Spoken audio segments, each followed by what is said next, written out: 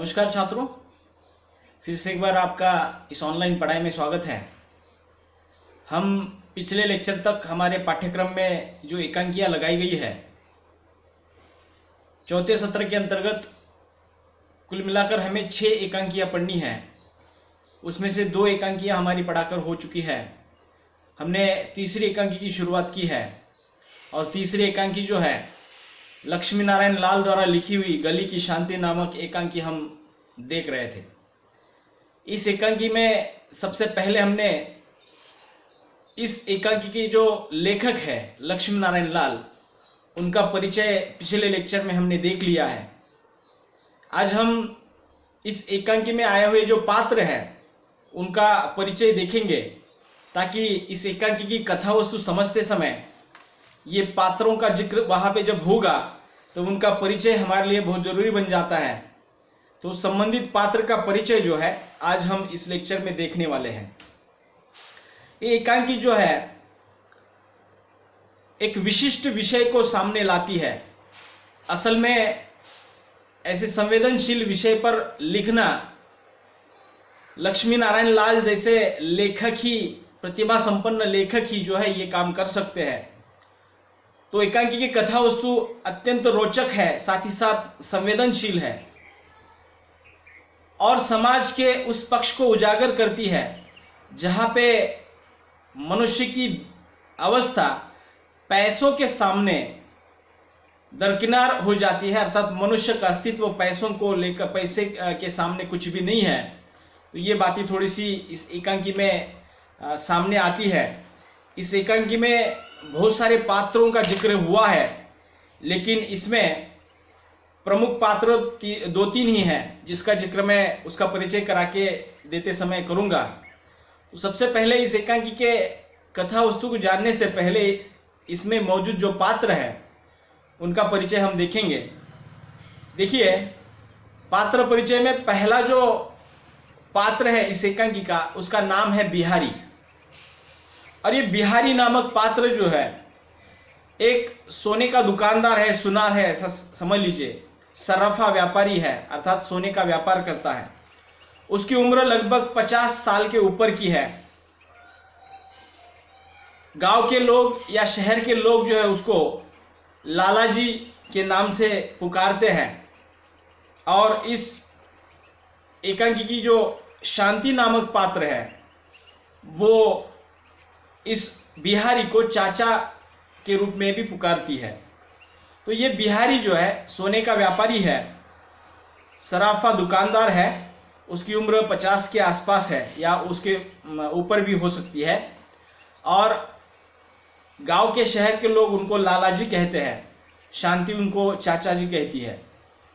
उसके बाद दूसरा एक पात्र इस एकांकी में आ जाता है जिसका नाम है बेनी। बेनी जो पात्र है ये बिहारी लाल के दुकान में कारीगर के रूप में काम कर रहा है। उसकी उम्र लगभग 40 वर्ष है। सोने के दुकान में जो कर्मचारी होते हैं, कारागिर होते हैं, उसमें से एक बेनी नामक व्यक्ति जो है बिहारी के दुकान में कारीगर है। उसकी उम्र 40 वर्ष है। उसके बाद रामी नामक एक पात्र है। रामी यह बिहारी की पत्नी है, बिहारी लाल की पत्नी है और शांति नामक पात्र की चाची है। अगला एक पात्र आ जाता है शंभूलाल। इसके 2 साथी हैं शंभूलाल के, लड्डन और नैनू। शंभूलाल, लड्डन, नैनू ये तीनों जो है नवयुवक है और उस गांव में, उस शहर में रहते हैं। असल में शंभूलाल और लड्डन जो है शातिर चोर है, अर्थात चोरी करने वालों में से एक है।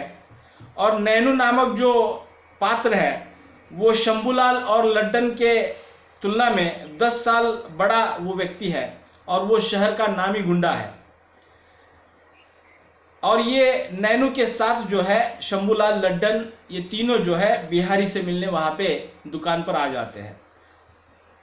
उसके बाद इस एकांकी का एक प्रमुख पात्र शांति नामक जो है, ये 15 साल की लड़की है उसकी दूसरी पहचान ये है कि उसकी माँ जो है गुजर चुकी है और वो एक वेश्या की बेटी थी।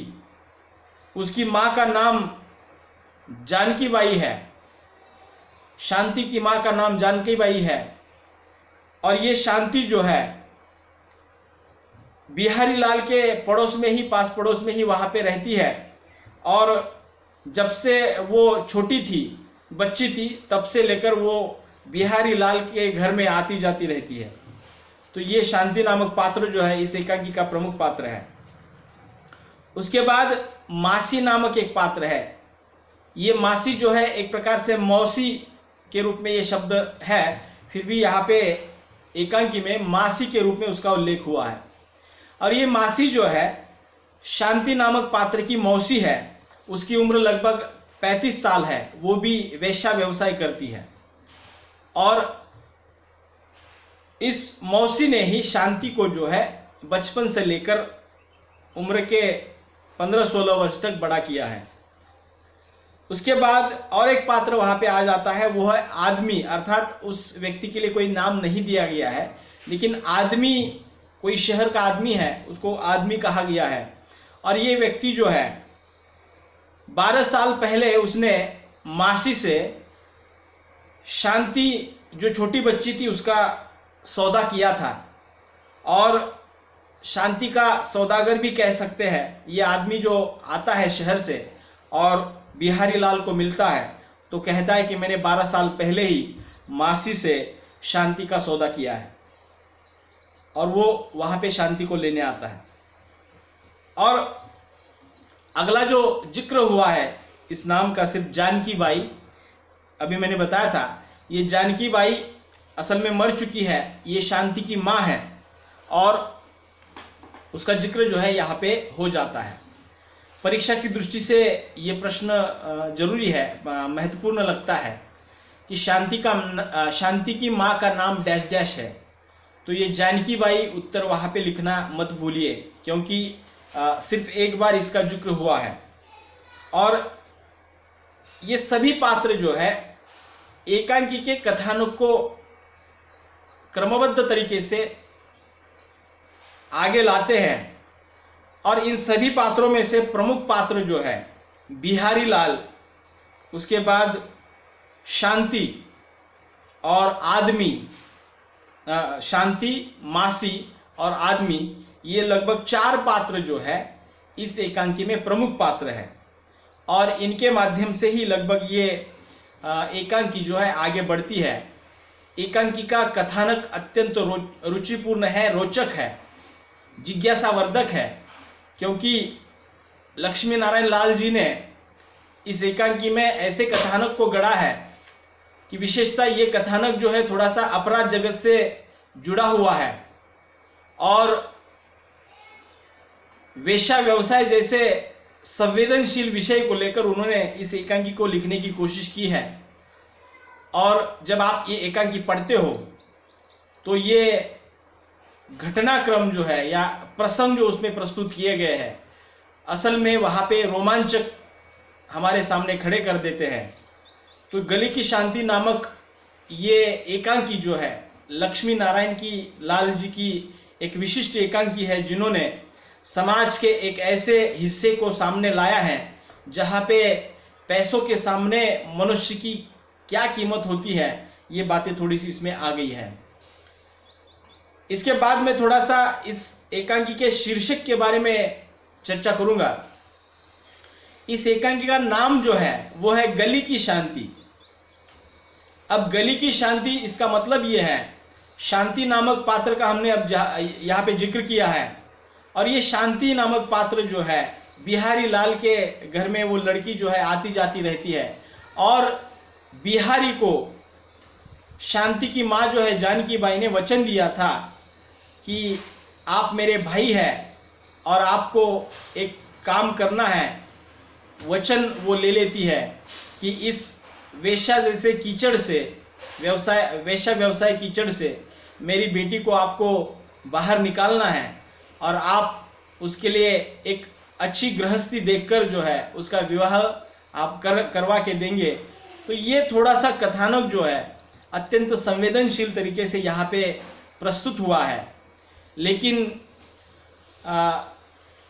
मनुष्यता का एक कह सकते हैं कि काला अंग या एक आपराधिक सोच जो है इस एकांकी में थोड़ी सी प्रस्तुत हुई है। वेश्या जगत से जुड़े हुए कुछ गुंडे या कुछ अपराध जगत के लोग जो है किस प्रकार इन महिलाओं को, इन लड़कियों को किस प्रकार वहाँ पे हथियाते हैं, उनका सौदा करते हैं और पैसों के नाम पर वो मनमानी करते हैं। ये सभी बातें थोड़ी सी गली की शांति नामक इस रचना में प्रस्तुत हुई है।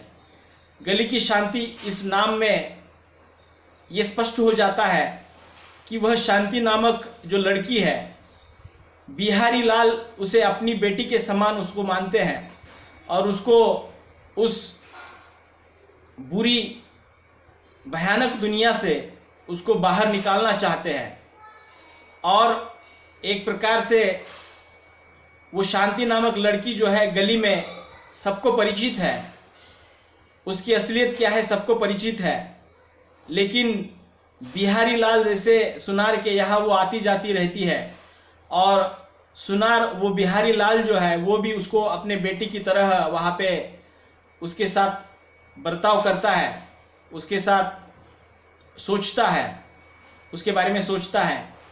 तो ये बातें थोड़ी सी शहर के लोगों को, मोहल्ले के लोगों को वहाँ पे खटकती है और बिहारी को अपना दुश्मन समझती है। तो ये सभी बातें थोड़ी सी इस शीर्षक के माध्यम से लेखक ने जोड़ने की कोशिश की है। मुझे लगता है कि गली की शांति नामक ये शीर्षक जो है अत्यंत समर्पक शीर्षक है, क्योंकि जिस व्यक्ति को सभी लोग जो है गलत नज़र से देखते हैं, गलत समझते हैं, उस कीचड़ में दबे हुए ऐसे लोगों को बाहर निकालने का महत् कार्य जो है बिहारी लाल वहाँ पे करता है और उसके अच्छी सोच ने उस लड़की की ज़िंदगी बदल जाती है। तो ये थोड़ी सी बातें इस एकांकी के माध्यम से लक्ष्मी नारायण लाल जी हमारे सामने लाते हैं। एकांकी की कथा वस्तु अत्यंत रोचक है, इसमें ज़रा सी भी ऐसी कोई बात सामने नहीं आती जो एकांकी को नीरस बना सके।